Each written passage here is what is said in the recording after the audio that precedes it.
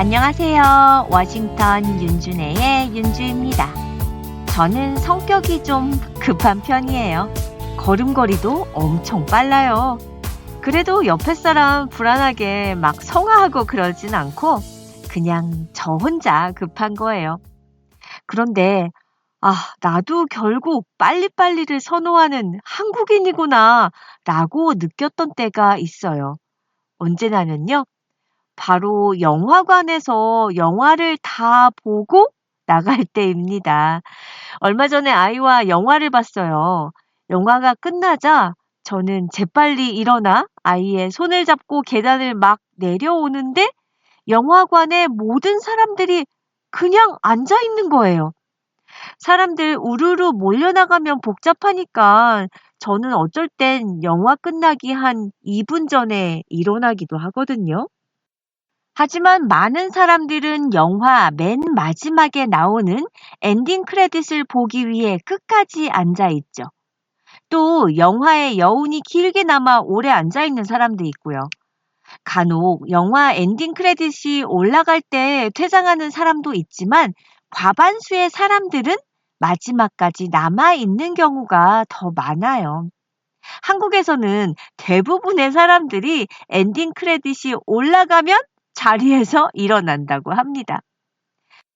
우리 한국인을 떠올리면 가장 먼저 떠오르는 단어가 무엇인가요? 라는 질문에 외국인들의 답은 한결같이 빨리빨리 였어요.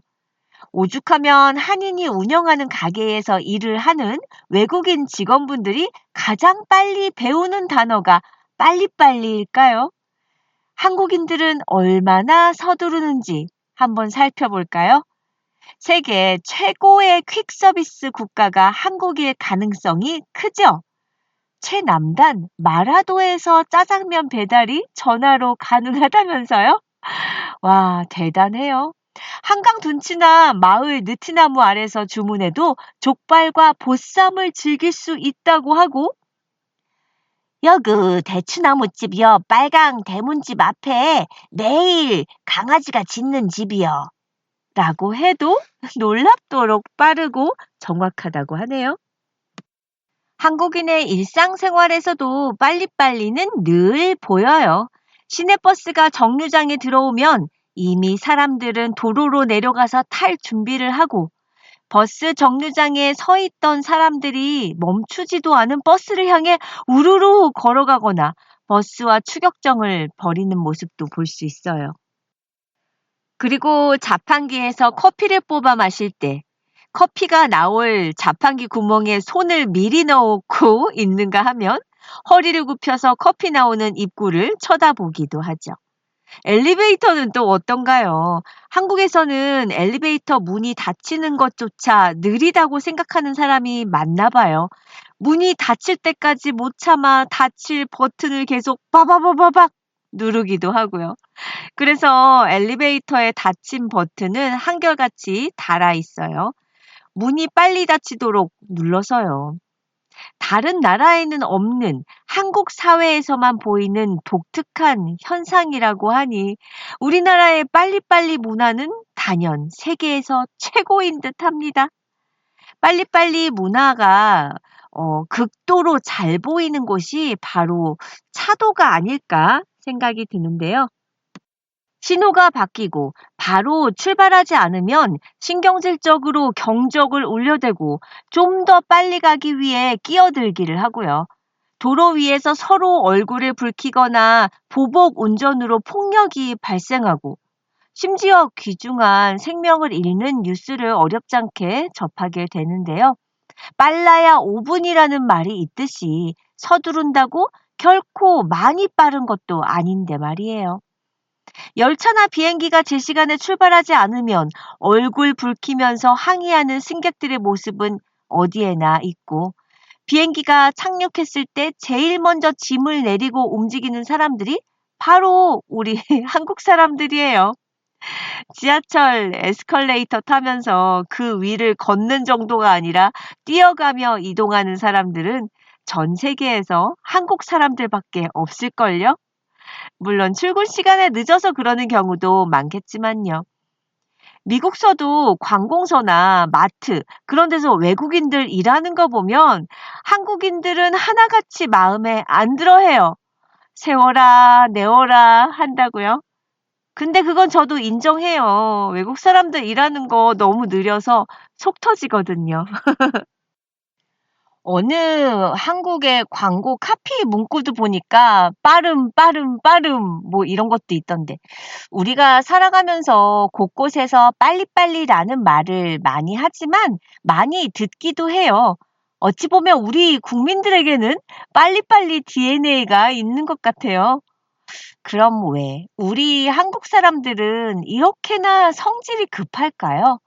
분명 이유가 있을 거예요. 안 그러고서야 대한민국 국민이 하나같이 다 빨리빨리를 외치지는 않을 테니까요. 아마도 한국인들이 살아가고 있는 환경 때문이 아닐까라고 말하는 사람들이 있어요.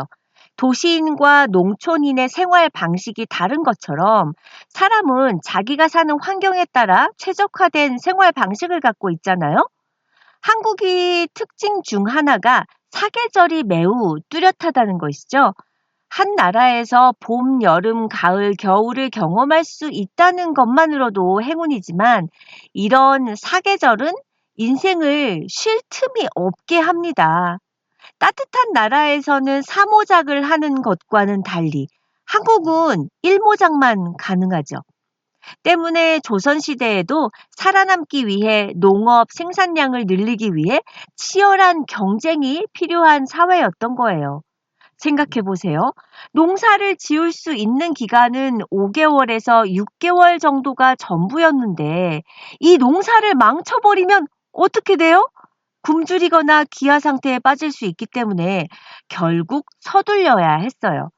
그래서 생겨난 한국인의 업무 처리 방법이 대충 철저였다는데 대충 철저는 대강 알아서 문제없이 처리하라는 한국인의 업무 처리 방법이에요. 들어보셨나요? 클 대자에 충족할 충으로 크게 충족하라는 의미이고 꿰뚫을 철에 바닥 저로 바닥까지 뚫을 만큼 철저하게 하라는 의미입니다. 일은 많고 시간은 짧았고 굶어 죽지 않으려면 서둘러서 일을 처리하고 문제가 없어야 했어요. 대충 철저는 빨리빨리를 평생 해야 하는 한국인들의 부지런함을 대표하는 단어였다고 합니다. 우리나라에선 옛부터 겨울이 오기 전에 반드시 추수도 하고 김장도 해서 식량을 저장하고 또 집을 수리해서 겨울을 잘 나는데 초점이 맞춰져 있거든요. 그래서 우리는 겨울이 오기 전에 실수 없이 빨리빨리 일을 끝내 놓아야 하는데 여기다 틈만 나면 외세가 침략해대니 삶이 정신이 없는 것이죠. 반면에 따뜻한 나라는 상황이 좀 달라요. 1년 내내 따뜻하니 이번 농사 망치면 다음 농사 지면 되는 것이고 집이야 비바람만 피하면 그만이겠고요. 옷은 한 벌 사면 1년 내내 입을 수 있으니 얼마나 좋은가요? 그래서 따뜻한 나라 사람들은 여유가 넘쳐요. 남유럽 사람, 동남아시아, 남미 사람 모두 삶에서 여유가 넘치다 못해 어떤 때는 게을러 보이기까지 하잖아요. 오늘 안 되면 내일 또 해도 되기 때문에 실수해도 관대한 것 같고요. 어때요? 우리 한국인들이 빨리빨리가 몸에 밴 이유 조금은 이해가 가죠? 또 다른 이유로는 한국은 자원이 많지 않기 때문이라고 합니다. 나라에 자원이 많다는 것은 쉽게 비유하자면 요새 말로 금수저라고 볼 수 있죠. 애초부터 가진 게 많다 보니 삶에 여유가 있는 거예요. 자산이 많아서 일을 해도 월세로 먹고 살 수 있는 금수저 국가는 자원으로 생존할 수 있어요. 대표적인 사례로 중동의 산유국을 보면 알 수 있듯이 석유 부국 UAE 아부다비는 국민소득 1억 원에 육박하고 전체 인구의 11%밖에 안 되는 현지인은 공공사무직에 종사해요. 그리고 나머지는 개도국 출신 외국 노동자가 담당하죠. 신기하게도 한국은 자원이 없지만 세계 경제 13번째 대국입니다. 가히 흙수저에서 시작해서 자수성가한 대표적인 국가라고 볼 수 있지만 이 이면에는 또 다른 사실이 숨겨져 있어요. 바로 자원이 없기 때문에 우리 국민들이 머리와 몸으로 때우지 않으면 선택의 여지가 없다는 점이에요. 내다 팔 물건이 없기 때문에 남의 자원을 수입해서 머리와 몸으로 가치를 붙여넣는 방법뿐이었죠. 애초부터 교육도 잘 받고 장비도 좋았던 금수저들과는 달리 우리는 시작점이 제로였었기 때문에 그 간격을 메우려면 남들이 하나 할 때 2개 이상은 거뜬히 해내야 되었었던 거예요. 다행히 애초부터 극한의 환경에서 살며 빨리빨리를 생활화했던 덕에 미국, 유럽, 일본 100년 이상 걸린 시간을 우리는 무려 40년 만에 따라잡았어요. 우리 대한민국 대단하면서도 짠하네요. 어쨌든 이처럼 빨리빨리 문화가 좋은 점도 있지만 여러 사고로 이어질 가능성도 많은데요. 지난날 서울, 부산을 하루아침에 내딛는 고속도로를 한나절 만에 깔아놓고 관계자가 아주 기고만장했었죠. 눈만 뜨면 한강에 다리가 하나씩 생겼고 최신 공법으로 완공을 단축하였다고 자화자찬이 대단했어요. 10년 걸려 짓고 100년 동안 시민이 살아야 할 아파트 단지를 눈 깜짝할 새 세워놓고 선진국에서도 놀랄 일이라고 아주 시끄러웠어요. 우리가 놀라는데 온 세상 사람들이 놀라지 않을 수 있겠어요? 한강의 기적이라고 찬사가 요란하고 여러 나라 사람들이 우리나라를 찾아와 구경하고 배운다고 야단 법석이었다고 하네요. 그러다 어떻게 됐어요? 1990년대 무렵 얼렁뚱땅 놓은 한강다리 하나가 내려앉아서 온 세상을 놀라게 했었잖아요.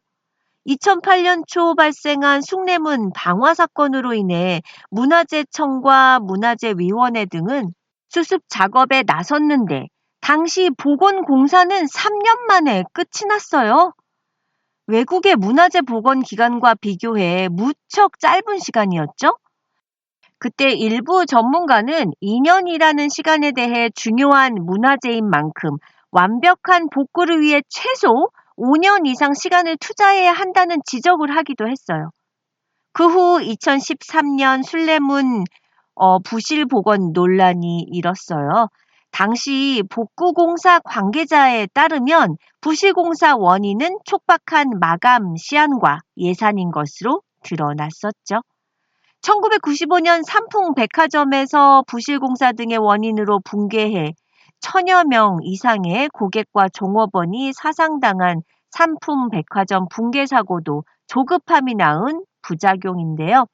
사람이 많이 드나드는 백화점이 주저앉아서 온 천하의 웃음거리가 되고 그로부터 30년이 지난 후엔 광주광역시 고층 주상 복합아파트 신축공사 현장에서 외벽이 갑자기 무너지는 사고가 발생해 6명의 희생자가 발생했었고요. 그뿐인가요? 재개발을 위한 철거 작업 중 건물이 붕괴되면서 정차에 있던 버스를 덮쳐 9명이 숨지는 참사도 일어났었고요. 빨리 하기란 쉬운 일이 아니에요. 그런데 빨리 하면서 잘 하기란 더욱 어렵겠죠. 우리는 모든 일을 빨리빨리 해냈지만 잘하지는 못했어요. 차량들의 과속으로 인한 사고, 건설 현장에서의 부실공사로 인한 붕괴 사고, 횡단보도에서 녹색 신호가 들어오기도 전에 길을 건너다 사고를 당하는 사람들. 급할수록 돌아가라는 옛말에서 조상들의 지혜를 생각해 봐야 합니다. 우연히 인터넷에서 독일의 한 교수가 한국의 경제 발전에 경의를 표하면서 한국인의 문화 중에 정말 부러운 점이 있다고 말했던 글을 읽은 적이 있었어요. 다름 아닌 한국인의 빨리빨리 기질이 무엇보다 부럽다는 거예요. 한국의 빨리빨리 문화가 아파트나 성수대교 붕괴 같은 부실 공사를 만들고 불량 제품을 만들며 남다른 새치기 문화를 만드는 등 여러 가지 문제를 일으켰는데 뭐가 부럽다는 거야. 이상했어요. 독일의 경우는 보통 10년 이상 쓸 수 있을 정도로 제품을 너무 튼튼하게 만드는 것이 문제래요. 그렇게 하기 위해서는 신제품을 개발하는 데 시간이 너무 많이 걸리고 생산 단가도 높아서 경쟁력이 오히려 낮다는 거예요.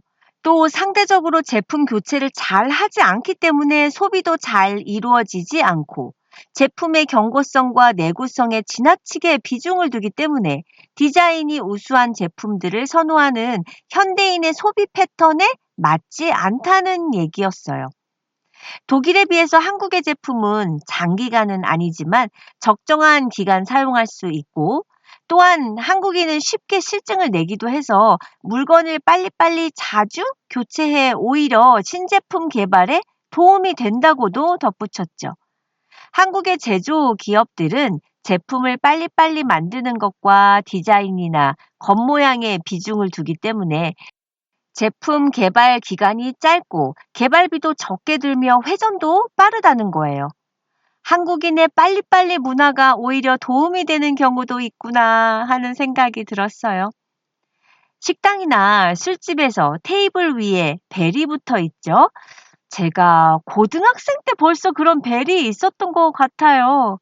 외국인들 중 상당수가 한국 식당에서 테이블 벨을 누르면 즉시 종업원이 뛰어와서 필요한 것을 가져다 주는 것이 가장 인상적이다라고 대답하곤 해요.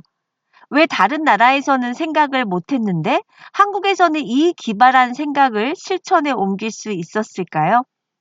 바로 한국 사람들의 급한 성향 덕분이겠죠.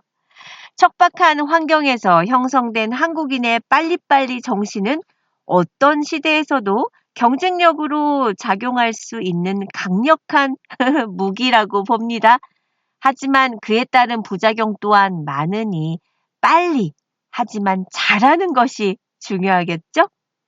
느린 자 그는 한국인이 아니고 빠른 자 그는 진실로 한국인이다. 우리는 다음 시간에 만나요.